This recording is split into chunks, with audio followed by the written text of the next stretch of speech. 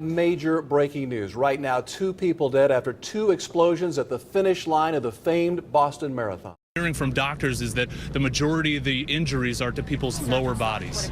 It's being described as pure chaos. To our left, toward the finish line, 2 huge bombs, smoke coming out of buildings, and then something else to the left of us. The injuries we were seeing was mostly to people's legs. I saw a woman who appeared to have lost a good portion of her jaw, lots of lacerations. One of the 2 people killed was an 8-year-old child. When I made the turn, it was like the first pop, boom, and then another one, boom, and then another one, boom. It's like one after the other. Federal authorities have characterized this as a terrorist attack. We will find out who did this, and we will hold them accountable.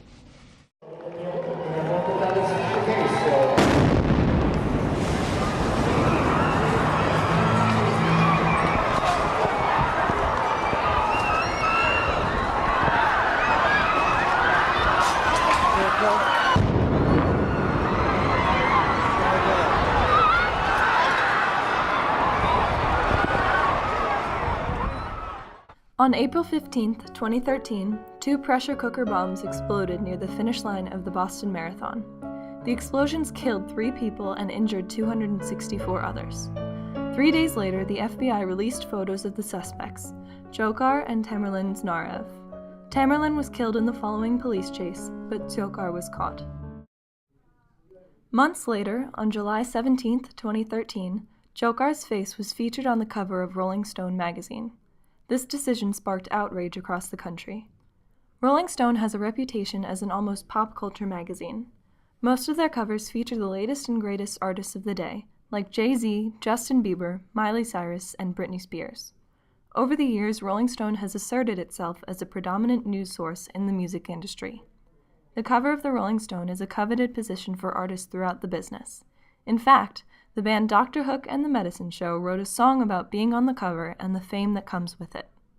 We take all kind of pills to give us all kind of thrills, but the thrill we never known is the thrill that'll get you when you get your picture on the cover of the Rolling Stone. Rolling Stone. Wanna see my picture on the cover? Stone. Wanna buy 5 copies for my mother? Yeah. Wanna see my smiling face on the cover of the Rolling Stone? Many other news sources featured Dzohkar on their covers. However, these depictions are different because they feature small photos of the bombers, surrounded by photos of the victims or of the law enforcement officers and first responders to give more context to their photos.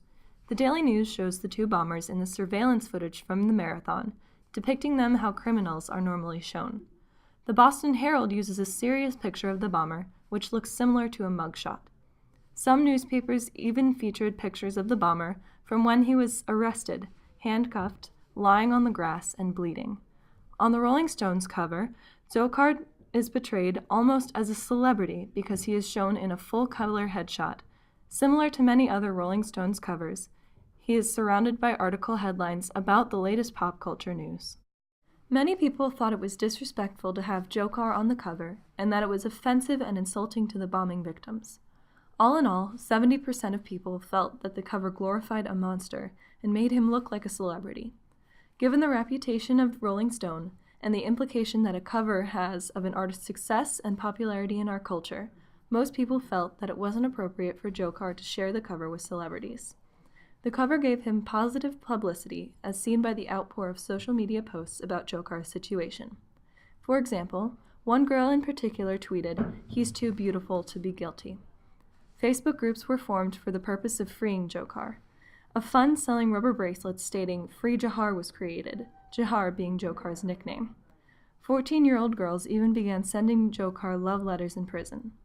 By being featured on the Rolling Stone, Dzohkar was no longer seen as a criminal, but rather the next teen crush. Thousands of teenage girls across the country have somehow mistaken their generation's version of Timothy McVeigh for a cast-off member of One Direction, and have taken to the internet to spout tragically misguided admissions of love for Dzohkar Tsarnaev. It's a small storm of tweets and truther videos that espouse his supposed innocence while always remaining very much the product of moony high schoolers. I didn't know Dzohkar, but I miss him. Is that weird? Yes. I wonder what Dzohkar is thinking about right now. Hopefully the consequences of his actions. Another controversial figure, Charles Manson, a convicted serial killer, was also featured on the cover of Rolling Stone. He was portrayed in all black and white, and no other stories were on the cover with the picture. The Manson cover was clearly different than all other Rolling Stone covers because they wanted to show the gravity of Manson's actions and the horror that he caused. In Dzokhar's cover, Robin Thicke and Jay-Z's story share space with Dzokhar's face, and he is in full color, looking like a teen pop star. In this compilation of Rolling Stone covers, it is very difficult to pick Dzohkar out of a crowd of celebrities. On the other side of the controversy, Rolling Stone still supports their portrayal of Dzohkar. In a press release, they said, "Our hearts go out to the victims of the Boston Marathon bombing, and our thoughts are always with them and their families. The cover story we are publishing this week falls within the traditions of journalism and Rolling Stone's long-standing commitment to serious and thoughtful coverage of the most important political and cultural issues of our day. The fact that Dzohkar Tsarnaev is young, and in the same age group as many of our readers, makes it all the more important for us to examine the complexities of this issue and gain a more complete understanding of how a tragedy like this happens." I don't think they're ever going to mistake this guy for an icon. I mean, the bombing was a serious event. People should know it's a serious event. And Rolling Stone is looking at it as a major news story. I don't see anything wrong with that. In addition, it is not unlikely for Rolling Stone to cover both entertainment and political issues. Rolling Stone has covered issues like the Gulf oil spill and global warming, showing that the magazine itself is not solely for entertainment purposes.